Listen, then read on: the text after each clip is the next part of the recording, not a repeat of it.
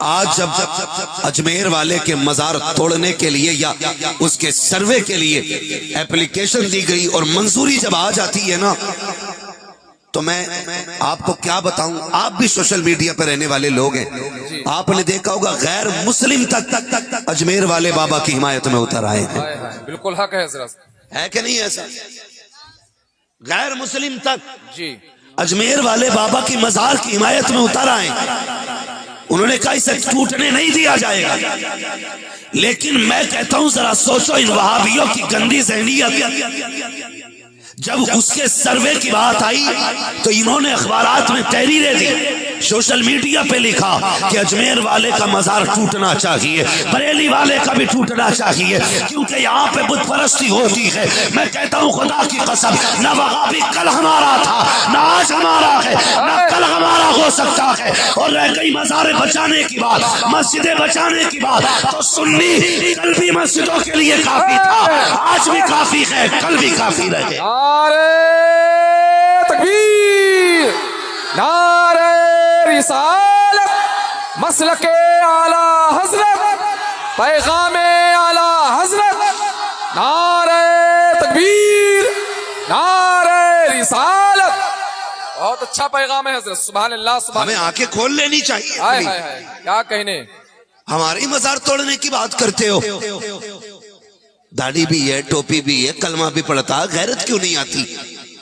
पता चला जो इश्क नबी छोड़ के पढ़ते हैं बुखारी, आता है बुखार उनको नहीं आती बुखारी। सुभान अल्लाह सुभान अल्लाह। कह रही है अजमेर वाला मजार भी टूटना चाहिए, बरेली वाला भी टूटना चाहिए जी।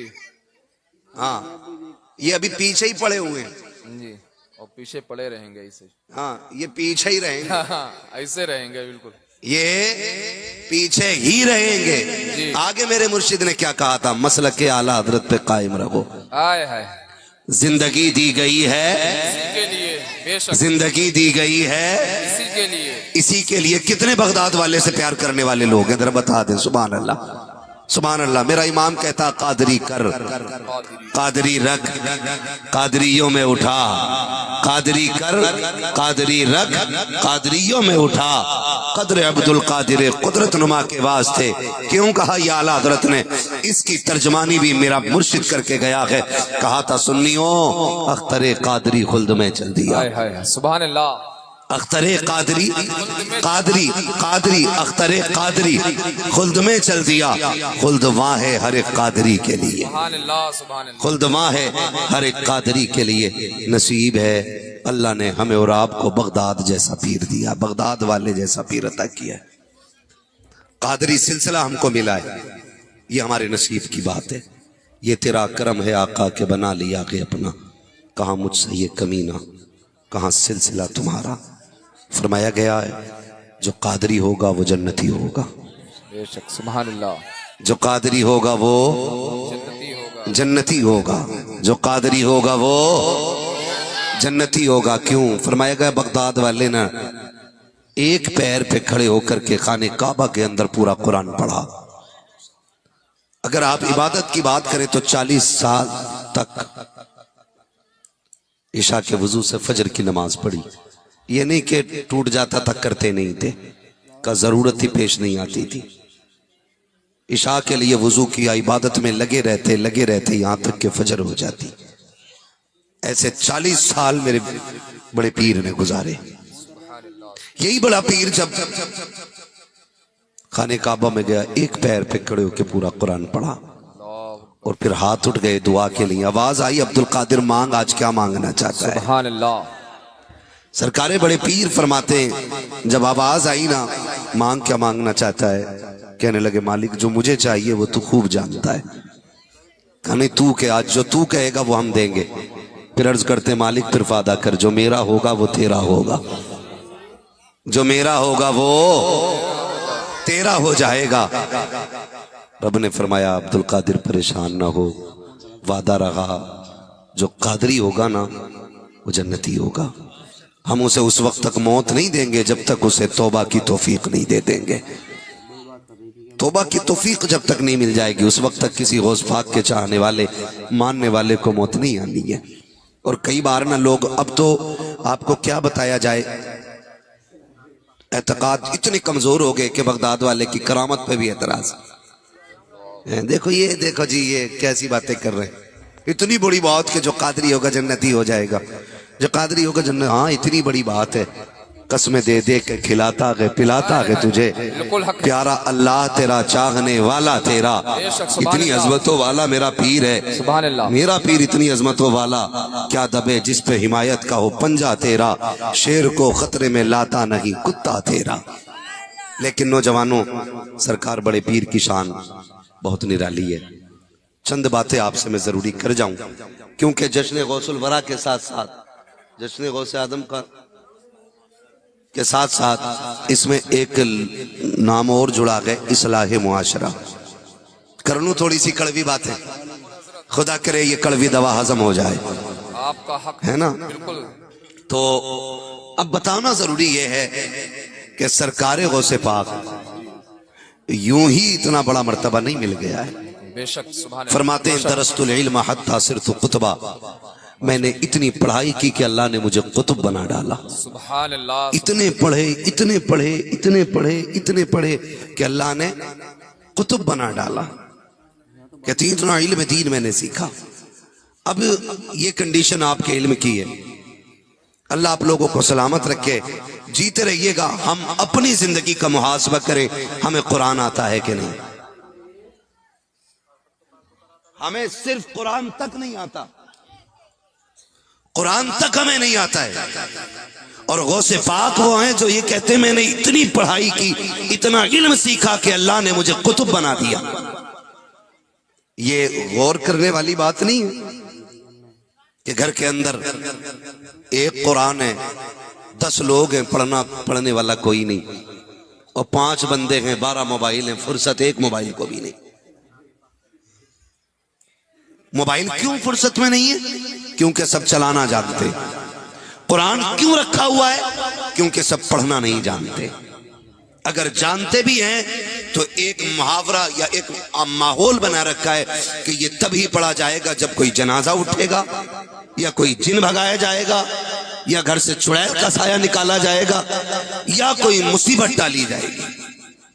बस ये मिजाज समझ रखा है कि कुरान तभी पढ़ा जाना है। कुरान सिर्फ इसी के लिए तो नहीं आया था ना कि आप सिर्फ मैयतों पे पढ़ें, आप सिर्फ तीजे में पढ़ें, आप सिर्फ रूह आसान निकालने के लिए इसको पढ़ें, आप सिर्फ भूत भगाने के लिए इसको पढ़ें। नहीं, कुरान इसलिए आया था ताकि हमें मुकम्मल ज़ाब्ता हयात का सबक हासिल हो जाए, हमें मुकम्मल जिंदगी पता चल जाए कि हमारी जिंदगी कैसी गुजरनी चाहिए। एक नहीं, ऐसे लाखों जलसे हो जाएं, लेकिन इन जलसों का मकसद अगर ना होना तो फिर कोई नतीजा नहीं। ये जलसे इसलिए नहीं किए जाते कि आप हम्माद का चेहरा देखो, ये जलसे इसलिए नहीं किए गए कि आप शब्बीर का मुंह देखो, ये जलसे इसलिए नहीं होते हैं कि आप हमारे महराज साहब का मुंह देखें, आप हमारे मैशर साहब का मुंह देखें, इन उलमा का सिर्फ मुंह देखे बैठ करके, बल्कि ये जलसे इसलिए होते हैं कि अगर हम अपनी जिंदगी के मकसद से भटक गए हो तो ये उलमा हमें आगाह करे और हाथ पकड़ के ला के जिंदगी के मकसद पे ला के खड़ा। इसलिए ये जलसे, अगर हमारा ये मकसद नहीं तो फिर नतीजा कुछ नहीं। कई बार देखा मौलाना मौज आ गई, पूरा गांव बातें कर रहा था, क्या मौलाना आया था कुर्सी तोड़ गया। खाली कुर्सी नहीं, अगर कुर्सी तोड़ के गया तो खाली कुर्सी तोड़ के नहीं, खाली रोटी भी तोड़ के चला गया है। मजा तो तब है जब सुबह हो, लोग पूछें इतनी रात तक जागे थे, ठंड में नतीजा क्या निकला, तो कम से कम इतनी तब्दीली आ जाए कि जलसे से पहले जब सुबह होती थी हम घर से निकलते थे तो गाने सुना करते थे। जब से हुजूर की महफिल से लौट के आए हैं इतने बदल गए हैं, सूरज के साथ साथ हुजूर की नात के तराने सुना करते हैं। कम से कम इतनी तब्दीली तो आ जानी चाहिए, इतना बदलाव तो आ जाना चाहिए। बहुत अच्छा पैगाम है। आज कुरान रखा हुआ है, मेरी माँ बहनें बैठी हैं, खुदा के वास्ते कान खोल के बात सुने। इन्हें 10 बीवियों की कहानी आती है, 16 सैयदों के रोजे इन्हें पता है। हाँ सही है। कुरान आए ना आए 10 बीवियों की कहानी होनी है। और पता नहीं किस ज्ञानी ने ये तहरीर लिखी है कि जो इसको अपने घर पढ़वा लेगा अल्लाह उसकी सारी जरूरतें पूरी कर देगा। हाँ ना, उसके एक दिन मेरे पास भी आई हजरत, ये क्या कहा? 16 सैयदों की कहानी पढ़ दोगे? 10 बीवियों की कहानी? मैंने कहा मुझसे एक खातून जन्नत की कहानी सुन, अगर उसी पे अमल हो गया, खुदा की कसम दुनिया भी कामयाब हो जाएगी, आखिरत भी कामयाब हो जाएगी, है ना? तो हमारी माँ बहनें आती हैं कि 16 सैयदों की कहानी जरूर होगी, 10 बीवियों की कहानी। ए मेरी बेटी, मेरी बहन, बता तो सही, 10 बीवियों की कहानी तो बात की बात है, 16 सैयदों की कहानी भी बात की बात है। इससे पहले तो कानून है, वो कानून जो हुजूर ने हमें ला के दिया था, उसका जानना जरूरी था। वो कुरान जो महबूब के सीने पर उतारा गया, उसका पढ़ा जाना जरूरी था। मुझे बता तो सही, सबने करबला की तारीखें पढ़ी है, आज तक सुनते चले आ रहे हैं, करबला करबला करबला करबला में 72 शहीद हुए हैं। नेज़े पे हुसैन ने चढ़ के कुरान सर के हुसैन के सर ने चढ़ के हुसैन ने नेज़े पर कुरान सुनाया है। मैं आपसे इतना कहना चाहता हूँ, क्या ये सिर्फ कमाल हुसैन का था जो नेज़े पे पढ़ा है कुरान? क्या सिर्फ ये सारी बरकतें हुसैन की थी जो नेज़े पे कुरान पढ़ा है? नहीं, खुदा की कसम, ये सारा कमाल हुसैन का नहीं, इसमें कमाल खातून जन्नत का है। इसलिए कि अगर माँ दूध पिलाते वक्त बेटों को कुरान सुनाती है तो बेटे नेज़ों पे चढ़ के जमाने को कुरान सुनाया करते। हाँ, आज हमारी बहन बेटियों को कुरान पढ़ने की फुर्सत ही नहीं, फुर्सत ही नहीं, और ना कोई कहने वाला ना सुनने वाला। खुदारा कुरान लाजिम कर लो, अल्लाह घरों में बरकतें नाजिल फरमाएगा, बरकतें नाजिल फरमाएगा। लेकिन करें क्या? सो के कै बजे उठ रहे हैं आजकल? ए बेटे, मूंगफली बाद में खाना। सो के कितने बजे उठते हो बच्चे बताएं? 7 बजे उठ जाते हैं। सोते कितने टाइम हो बेटे?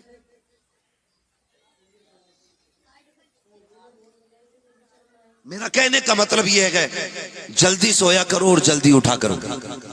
इशा पढ़ के सो जाओ, उठ के फजर पढ़ लिया करो, फिर देखो अल्लाह कितनी बरकत देता है, अल्लाह कितनी बरकत देता है। ये हिसाब नहीं लगाया मैंने। आज ना 10 बजे तक दरवाजे नहीं खुलते मुसलमानों के, 10 बजे तक। 10 बजे उठे तब जब सोए जल्दी। बेटा 1 बजे तक पबजी खेल रहा है, अब्बा 2 बजे तक खेल रहा है। हाँ, बेटा 10 बजे उठ रहा तो अब्बा 9 बजे उठ रहा है, और कह रहा मौलाना जरा तालीम कर दियो बेटे को। उठता नहीं, बड़ी सुबह को उठे जब सारे लोग काम पे चले जाते हैं। याद रखिएगा, बच्चे वो नहीं करते जो हम कहते हैं, बच्चे वो करते हैं जो हमें करता हुआ देखते हैं। अगर अब्बा 2 बजे तक मोबाइल चलाएगा तो बेटा 100% 1 बजे तक मोबाइल चलाएगा। आप इशा पढ़ के जल्दी बिस्तर पे लेटा करो, बच्चों को भी टाइम से लेटाया करो ताकि ये फजर में उठ जाएं। 10 बजे तक दरवाजे मुसलमानों के नहीं खुलते। 9 बजे उठ के आंखें मसल के कह रहा चाय पक गई। 9 बजे उठ के चाय मांग रहा है, चाय बनी, बीवी ने डब्बा थमा दिया, जा दूध लेके आ। अब जब जमाना काम पे लग गया तो ये दूध ढूंढने निकला है। 10 बजे दूध लेके आया, 11 बजे खा पी के मुंह में तीली डाल के निकला, अब इसकी नाक तक पेट भरा है। अब कह रहा तुम तो मौलाना हो, कोई डोरी दे दो ताकि संदूक में पैसे भर जाएं। अगर डोरियों से पैसे भरते तो मौलवी इधर उधर मारा फिरता, एक डोरी अपने में ही न रख लेता।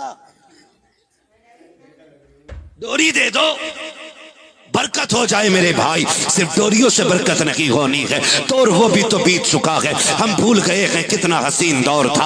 आज से 30 साल 40 साल पहले पलट जाइए, जब जैसी सहर का वक्त होता था, मस्जिदों से अजान होती थी, हमारे घर की बूढ़ी औरतें उठ के बैठ जाती थी, वुजू बनाती थी, मुसल्ले पे आती थी, नमाज फजर अदा करती थी, कुरान लेके बैठती थी। जैसी सफेदी जाहिर होती थी, हर तरफ उजाला फूटता था, परिंदे आते थे, दरवाजे पर बैठ जाया करते थे, दरख्तों पे आके परिंदे बैठते थे, माए कुरान लेकर के तिलावत करती थी। कितने परिंदे बैठ करके कुरान की तिलावत सुना करते थे। जैसे परिंदों ने आके चहचहाना शुरू किया, हमारी माओ ने मुसल्ला छोड़ा, मुट्ठी भर के दाने लेकर के आई कि परिंदे आ गए हैं। उन्होंने परिंदों को परिंदा नहीं समझा, मेहमान समझ के दाने डाल देती थी। जब परिंदे पेट भर के जाते थे, खुदा की कसम सिर्फ दाने खा के न जाते थे, हमें दुआएं दे के जाया करते थे, रिज्क की दुआएं दे लेके जाते थे। जब हमारे घर की माएँ ऐसी थी तो हाथ इनके उठते थे, बरकतें अर्शों से आ जाया करती।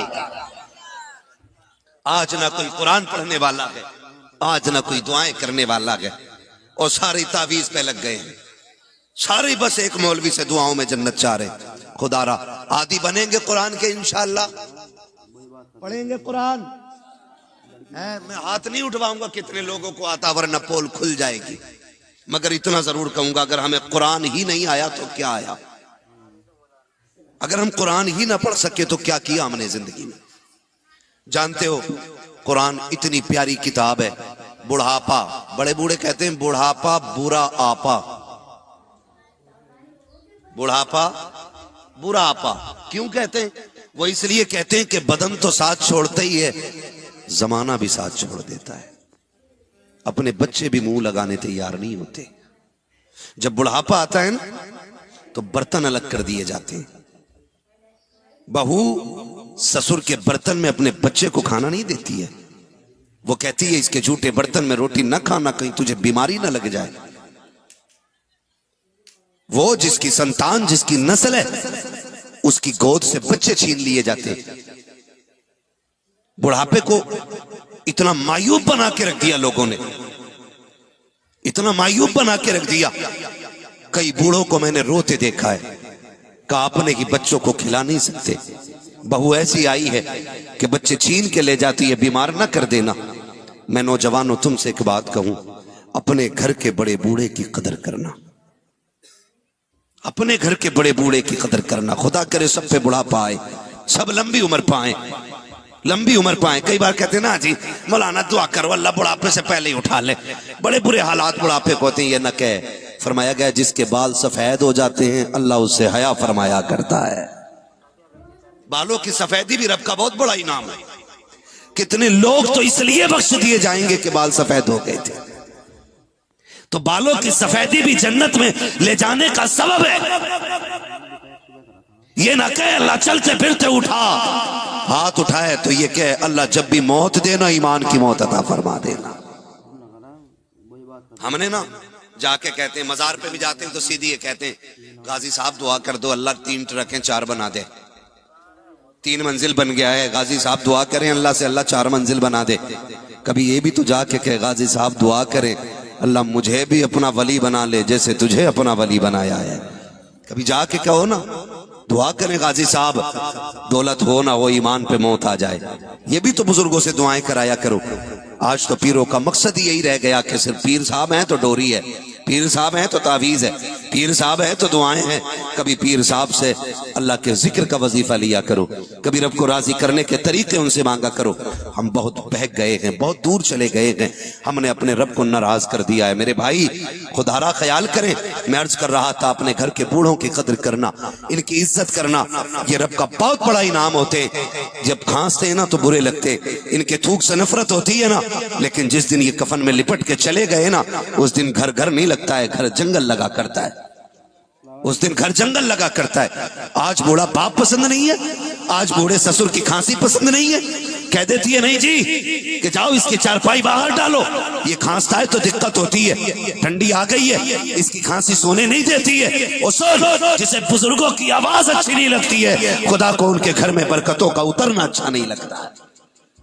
एक सीधी सी बात है, सीधी सी बात यही है, अपने घर के बुजुर्गों की कदर करो। वो तुम्हारा बाप है, वो तुम्हारा बाप है। मैं गलत नहीं कह रहा हूं। आज कहते हैं हमने तरक्की की है और हालात किधर कर दिए लाके। अभी सगा भाई पानी पिए, ऑपरेटर साहब हैं इसका थोड़ा जो इको है ना ये कम कीजिए जरा। एक गिलास है ना, गिलास एक बंदा पानी पीता है, एक ही घर का मेंबर है, वो पानी पी करके रख देता गिलास। दूसरा सगा भाई आया, उसने उस गिलास को धोया, पानी फेंका, फिर पिया, जबकि पता है सगा भाई पी के गया। क्यों क्यों? आज 4 भाई हैं तो चारों की प्लेटें अलग, 5 लोग दस्तरखान पे तो 5 के गिलास अलग हैं। पहले ऐसा होता था एक गिलास में पूरा परिवार पानी पीता था। बड़े बड़े बर्तन होते थे, कूंडा बोलते थे, तसला बोलते थे, परिवार बैठ के एक साथ खाना खाता था। जब ये मोहब्बतें थी तो बीमारियां इतनी बड़ी नहीं थी, इतनी बड़ी बीमारियां नहीं थी। गिलास इसलिए अलग कर दिए गए। भाई इसका इको कम करने मैंने आपसे कहा, आवाज कम करने नहीं। रिपीट थोड़ा कम कर दीजिए अगर हैं ऑपरेटर साहब तो। मैं आपसे ये बात अर्ज कर रहा हूं कि गिलास इसलिए अलग किए गए, गिलास इसलिए अलग किए गए ताकि मेरे जूठे से उसे बीमारी ना हो और उसके जूठे से मुझे बीमारी ना हो। हमने ये सोच करके बर्तन अलग कर दिए कि बीमारी ना हो। और हमारा नबी क्या कहता, सूरुल मोमिन शिफाउन, जिस जूठे बर्तन को तुम्हें नफरत हो गई है ना, उस बर्तन में अल्लाह ने शिफा रखी हुई है। मोमिन के जूठे में अल्लाह ने शिफा रखी है। तो हमें तो बजाय इसके कि जूठे में पीना था, हमने बर्तन अलग कर दिए, बर्तन अलग कर दिए। खुदारा अपने घर के बड़ों का एहतराम करो, अपने घर के बुजुर्गों का एहतराम करो। मैं अपनी माँ बहनों से कहूंगा, ये बड़ा बूढ़ा घर के लिए बोझ नहीं होता है, इसकी खांसी अजाब नहीं होती है, इसकी आवाज से नफरत ना कर। तुझे नहीं पता है अल्लाह इसकी ठोकरों के सदके में घर में रिस्क उतारा करता है। तू क्या जाने जब ये रात को खांसता है खुदा की रहमतें उतरा करती हैं, जब ये बहक के गिरता है खुदा की रहमतें संभाला करती हैं। तुझे पता है जब इसको चूतियां नहीं मिलती हैं तब इसको सलामियां देने के लिए खुदा की रहमतें इसके बहाने से तेरे घर में आया करती है। जब लाठी खो जाया करती है, इसको लाठी नजर नहीं आती है, तब ये टटोलता है तो खुदा की रहमतें इसको देख के मुस्कुराया करती है और आवाजें दी जाती है, बंदे परेशान ना होना, आज जमाने ने तेरी कमजोरी देखने के बाद तुझे अकेला कर दिया है, लेकिन जब से तुझे जमाने ने छोड़ा है खुदा की रहमतों ने आके तुझे सीने से लगा रखा है। इसलिए खुदा की रहमतों को बुरा ना कहना, खुदा की रहमतों को आप गलत ना कहना, ये खुदा की रहमतें हैं। मेरी माँ बहनें जो ये सोचती हैं ना कि हमारा बच्चा बीमार हो जाएगा, बूढ़े की गोद में जाएगा तो कमजोर हो जाएगा, बुढ़ापे के कीटाणु आ जाएंगे, गलत सोचती है। याद रखिएगा, मदरसे में स्कूल में सिर्फ इल्म मिलता है, तजर्बा नहीं मिलता है। किताबों का जो इल्म है वो 12 साल 15 साल में आ जाता है, मगर तजर्बा तभी होता है जब उम्र 70 साल होती है। आज गलत नहीं कह रहा हूं, खून के आंसू रोने पड़ते हैं। एक जगह गया सुल्तानपुर, बात ये कहने की है, मगर सुने जरा, अल्लाह करे इसका लोग सही मतलब लें। जब वहां जाकर के बैठा, कमेटी वाले लोग आए, कमेटी वाले लोगों ने कहा मौलाना वहाबियों के खिलाफ तकरीर न करना। मैंने कहा क्यों, क्या ये सुन्नियों का गांव नहीं? उन्होंने कहा सारे ही रजवियों का गांव है। कहा फिर आपको ये तकलीफ किस बात से हो गई? उन्होंने एक बात कही थी, कहा हम पे मुसीबतें आई ना तो हमारा कोई रहबर नहीं आया, हमारा कोई पीर नहीं आया, हमारी खानकाहों से कोई बचाने नहीं आया। हमें बचाने के लिए वहाबियों की तंजीमों ने आके हमारी हिफाजत की। कहा जिन्होंने भूख में हमें रोटी दी, जिन्होंने परेशानी में हमें खाना खिलाया, जिन्होंने मुसीबतों में हमारे बच्चों का ख्याल रखा, उन लोगों ने ये कहा था कि हम उनकी बुराई कैसे सुन ले। मैं कहना ये चाहता हूँ, जब से किरदार खत्म हुआ है हमारे हालात बर्बाद होते जा रहे हैं, हम तबाह होते जा रहे हैं। वहाबियत को सिर्फ गाली से नहीं काम से रोका जा सकता है, और काम ऐसे करो जैसे बरेली के अहमद रजा ने किया है, बेशक सुभान अल्लाह ने किया है, जैसे मुरादाबाद की रहने वाली अजीम शख्सियतों ने किया है, और ऐलान कर दो कि मोहम्मद से वफा, तूने तो हम तेरे हैं, ये जगह चीज है क्या लोहो कलम तेरे। सुभान अल्लाह, नारे